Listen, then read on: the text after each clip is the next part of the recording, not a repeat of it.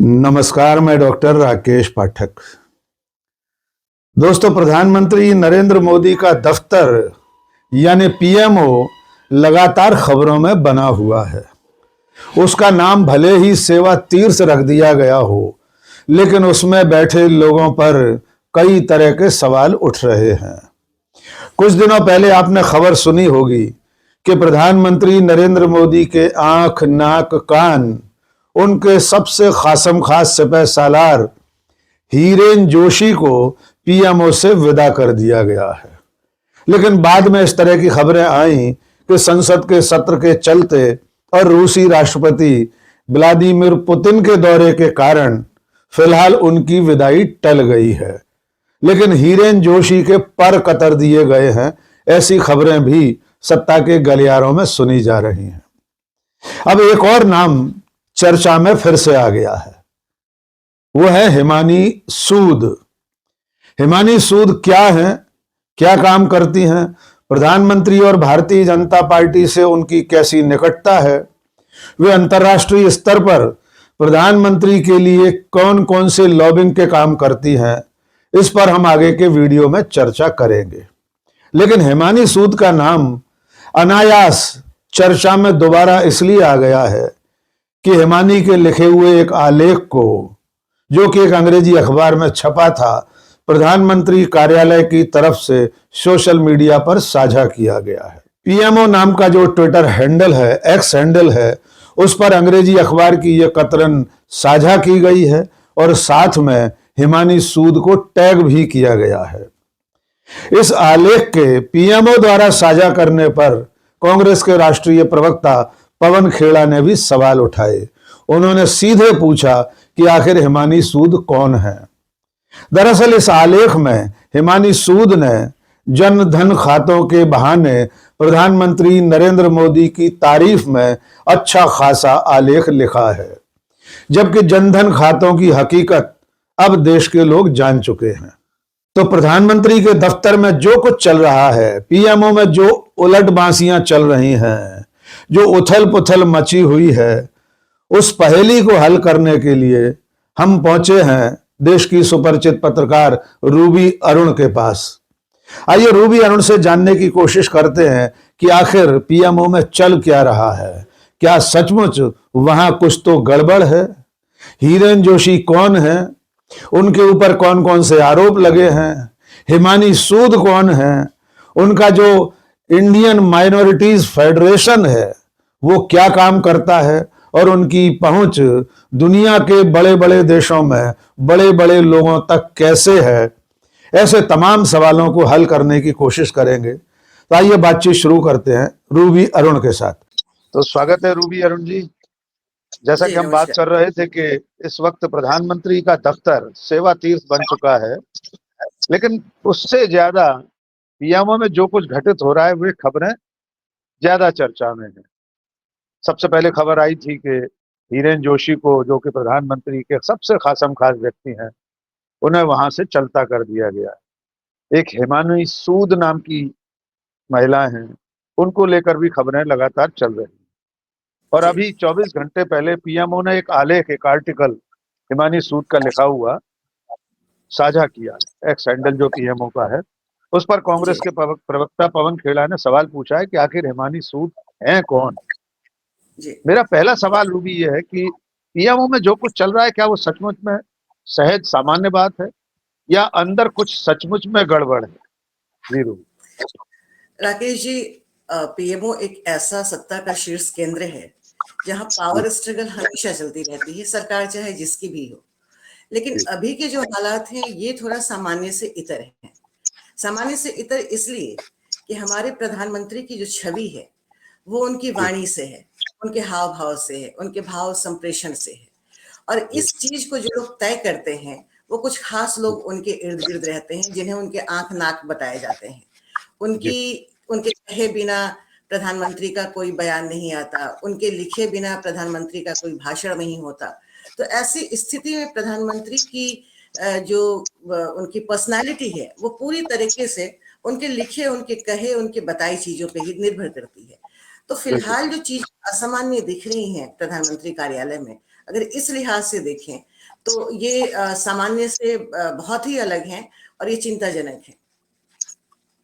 अच्छा रूबी जी, ये जो हिरेन जोशी को लेकर खबरें साझा हुई उस वक्त काफी तमाम पत्रकारों ने भी लिखा, सोशल मीडिया पर हल्ला मचा रहा कि हिरेन जोशी के खिलाफ कुछ शिकायतें मिली थी।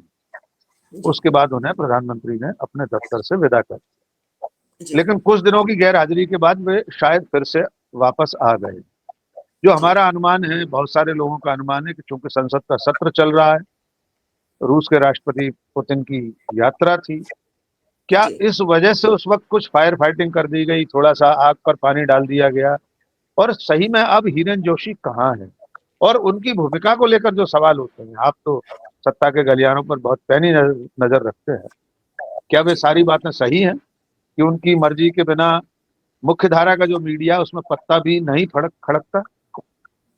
अब बिल्कुल यही बात है। आपको याद होगा अरविंद केजरीवाल ने एक आरोप लगाया था कि जी हिरेन जोशी न्यूज चैनल के संपादकों, अखबार के संपादकों को हड़काते हैं।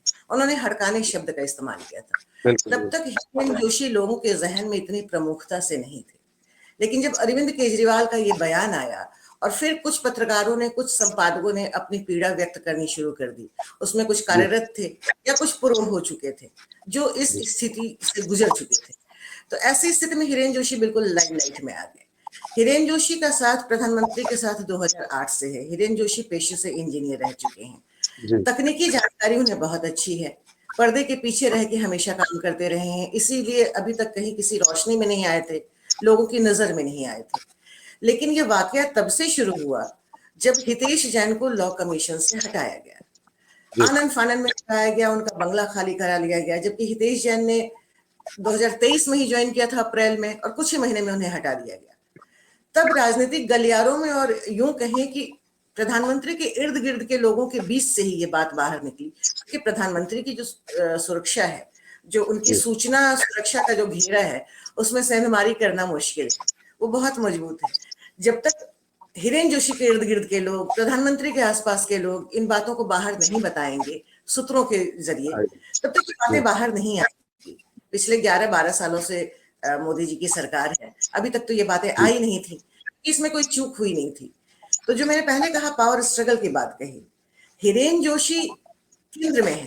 हिरेन जोशी ने जिन लोगों को अपने साथ जोड़ा, जी उन लोगों की महत्वाकांक्षाएं बहुत बढ़ती चली गई। तो जाहिर तौर पे अगर हिरेन जोशी ही सूत्रधार हैं, वो आधार हैं जी उन लोगों के, सपोर्ट सिस्टम है, तो हिरेन जोशी पे उंगलियां उठेंगी।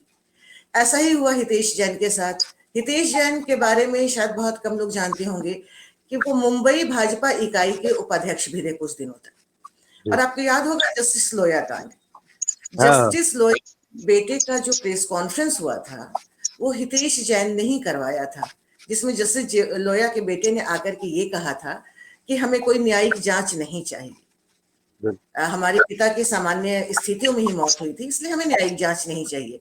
तब तक विपक्षी दलों ने और हम पत्रकारों ने भी बड़ा हाई तौबा मचाया था जस्टिस लोया बिल्कुल की मौत को लेकर के। और जस्टिस लोया की मौत के बारे में जो प्रेस कॉन्फ्रेंस हुई, उसमें उनके बेटे को लाने वाले हितेश जैन थे। ये और हितेश जैन की मदद उनके मित्र अमित अमित नायक ने की थी।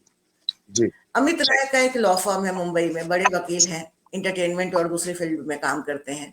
उन्होंने ही लोया के बेटे को मनाया था।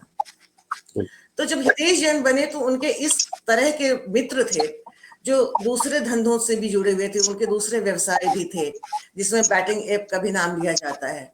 तो जब ये जी जी लॉ कमीशन, मैं उसी जी पर आना चाह जब रहा था रूबी जी कि हिरेन जोशी पर जो आरोप पवन खेड़ा ने लगाया, हमारा और आपका जी आरोप नहीं है।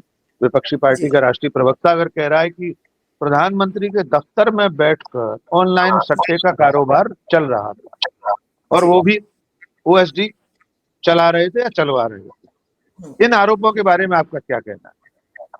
वही मैं बता रही थी कि जी हितेश जैन जब लॉ कमीशन के सदस्य बने तो उन पर उनके आसपास के लोगों ने देखा और ये सवाल पूछना शुरू कर दिया कि आप ऐसे नियम कानून क्यों बना रहे हैं जो बैटिंग ऐप को संचालित करने में मदद जी मिले। नियम कानूनों में आप ढील दे रहे हैं, आप लिखित तौर जी पे ऐसे कानून बना रहे हैं, तो आप उनके लिए ही कानूनों में ढील देंगे जो आपके सगे हैं, जो आपके मित्र हैं।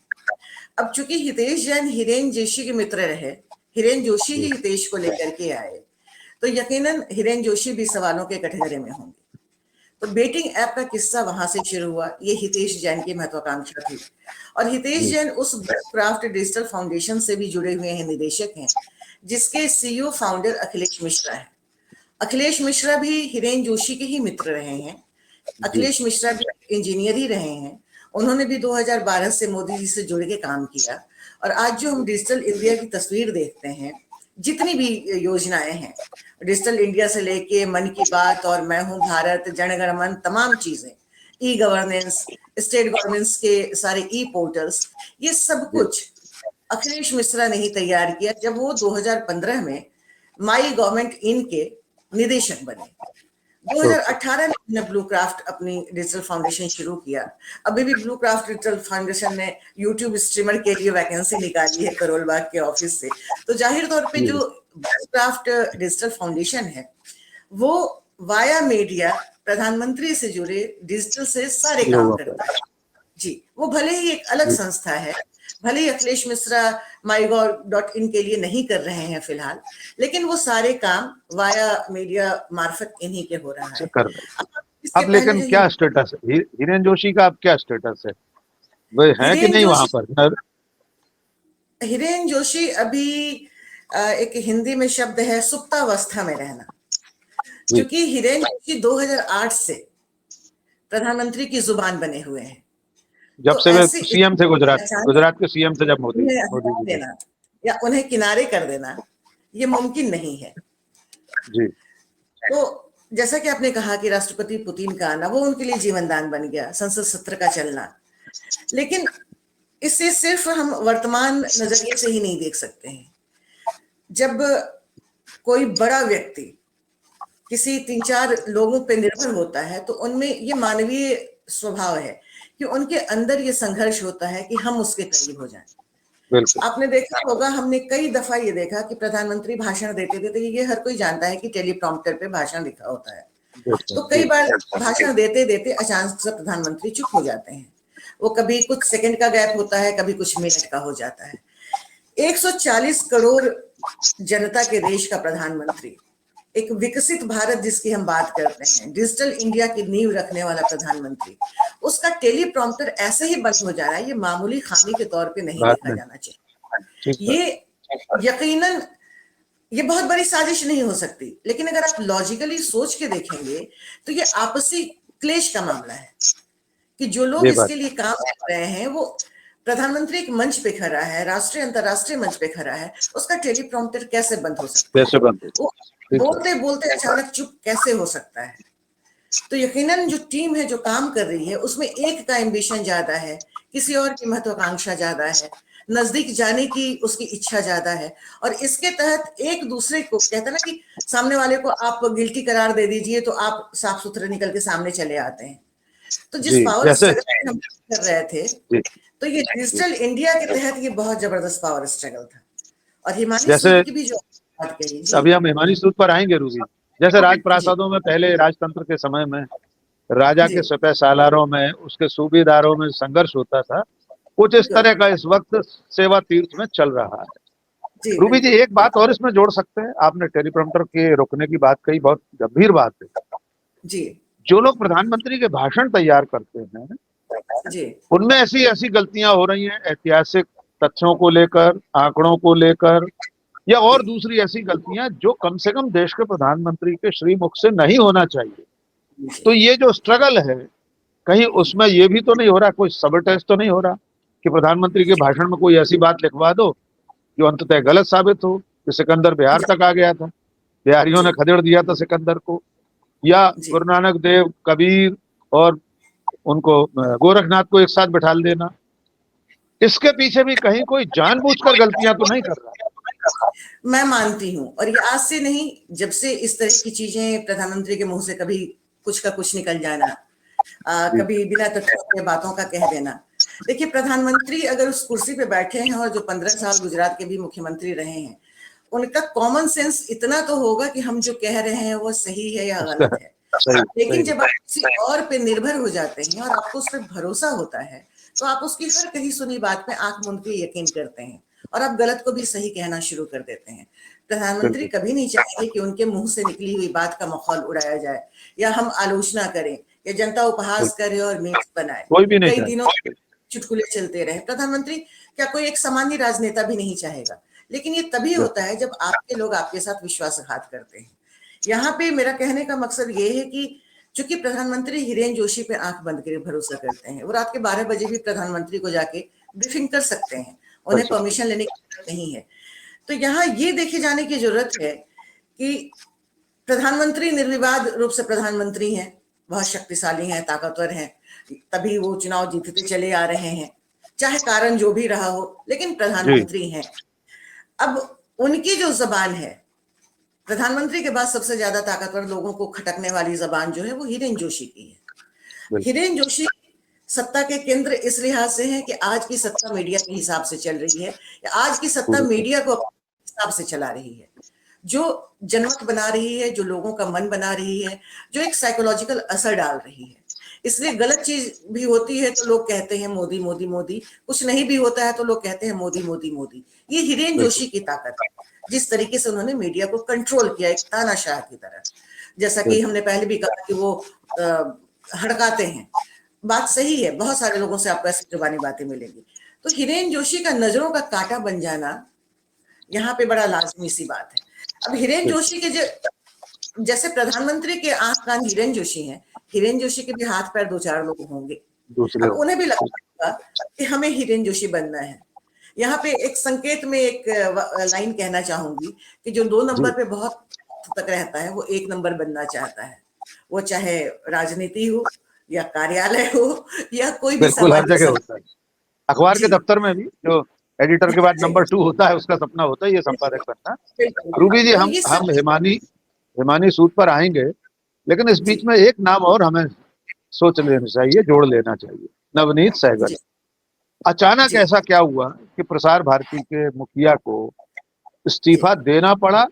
उन्होंने खुद दिया या लिया गया इस्तीफा, ये हम नहीं जानते, और फौरन से पेशतरों से मंजूर भी कर दिया गया। तो नवनीत सहगल पर थोड़ी सी बात करके फिर हम लोग सबसे जरूरी हिमानी सूद पर आए। आपको क्या लगता है क्या वजह रही? वो भी तो प्रसार भारती भी तो प्रधानमंत्री के लिए प्रचार प्रसार करना, सारी चीजें, तंत्र का मुखिया तो वही था। यकीनन यकीनन दूरदर्शन जैसा महत्वपूर्ण विभाग संचार का, तो हिरेन जोशी की मर्जी के बिना कोई वहां पे मुखिया नहीं बन सकता। हिरेन जोशी ही लेकर के आए थे, लेकिन ये हितेश जैन वाली जो लकीर है वो नवनीत सहगल तक भी पहुंच गई थी। सार्वजनिक मंच पे कई ऐसे कागजात मौजूद हैं जिसमें शिव सहगल का नाम है, और जो नवनीत सहगल के पुत्र बताए जाते हैं।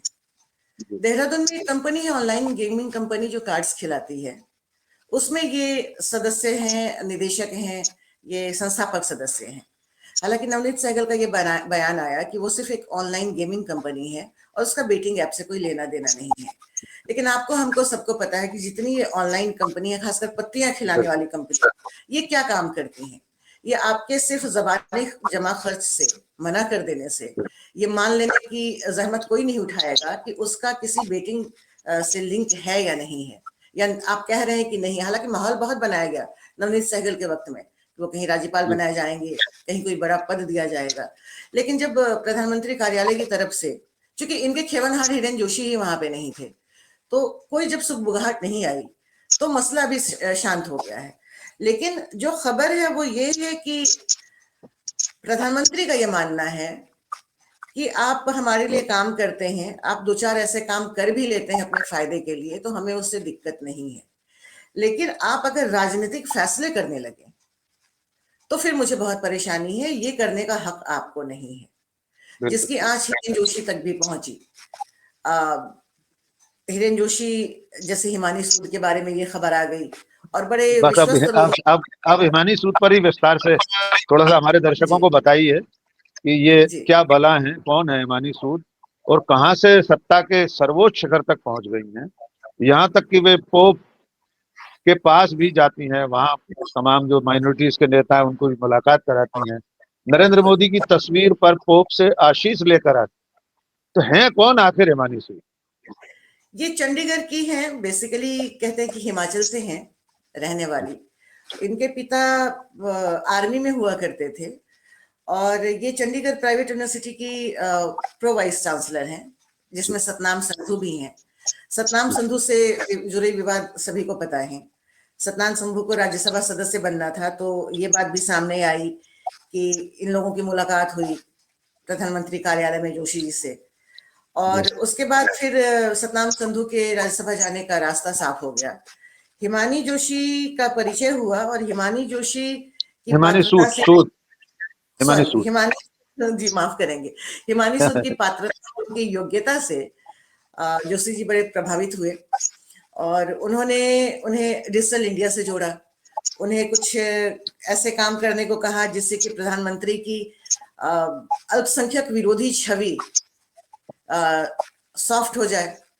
तो ये जिम्मा हिमानी सूद को दिया गया और हिमानी सूद के लिए एक इंडियन माइनॉरिटीज फाउंडेशन बनाया गया, जिसमें देश के कुछ सिख, क्रिश्चियन, मुस्लिम ऐसे धर्मगुरुओं को जोड़ा गया जो वक्त वक्त पे जाके प्रधानमंत्री से मिले, तस्वीरें खिंचवाई जाए, वो जनता के सामने आए और लोगों को ये लगे कि प्रधानमंत्री सर्वधर्म समभाव में यकीन करते हैं। और पिछले दिनों भी ये खबर आई थी और तस्वीरें भी आई थी कि प्रधानमंत्री से मिलने कुछ धर्मगुरु गए हुए थे। पोप से मिलना ये एक ग्लोबल पॉलिटिक्स का ये एक हिस्सा हो सकता है, जो राजनीति बहुत तेजी से अभी विश्व के स्तर पे बदल रही है और जिसमें भारत अभी विदेशी नीति के मामले में बिल्कुल अलग थलग और कटा हुआ महसूस कर रहा है। पहले अमेरिका अमेरिका और अब रूस रूस की बात कर रहा है, जबकि कई पोलर सेंटर बन चुके हैं, कई ध्रुवीय राजनीतिक तैयार हो चुके हैं, जहां पे भारत के संबंध अगर देखा जाए तो बहुत नजदीकी तौर पर किसी से नहीं है। जो दिख रहा है कि रूस के साथ है या अमेरिका के साथ है, बस वो दिख रहा है। रूस के अपने निहितार्थ हैं, अमेरिका के अपने लाभार्थ हैं। तो ऐसी स्थिति में हिमानी सूद को ये जिम्मा सौंपा गया कि आप आर्टिकल्स लिखिए माइनॉरिटीज से जुड़े हुए, आप ऐसे लोगों से मिलिए जहां प्रधानमंत्री की छवि को बेदाग और बेहतर किया जा सके। तो एक तरह से ये दूसरी हिरेन जोशी हो गई पर्दे के पीछे। हिरेन जोशी ने जो मीडिया है उसको कंट्रोल किया, जो भाषण दिए जा रहे हैं प्रधानमंत्री को उसको वो देख रहे हैं, जो डिजिटल टेक्निक यूज हो रही है भाषण के दरमियान या कहीं भी प्रधानमंत्री के, उसका जिम्मा उनका है।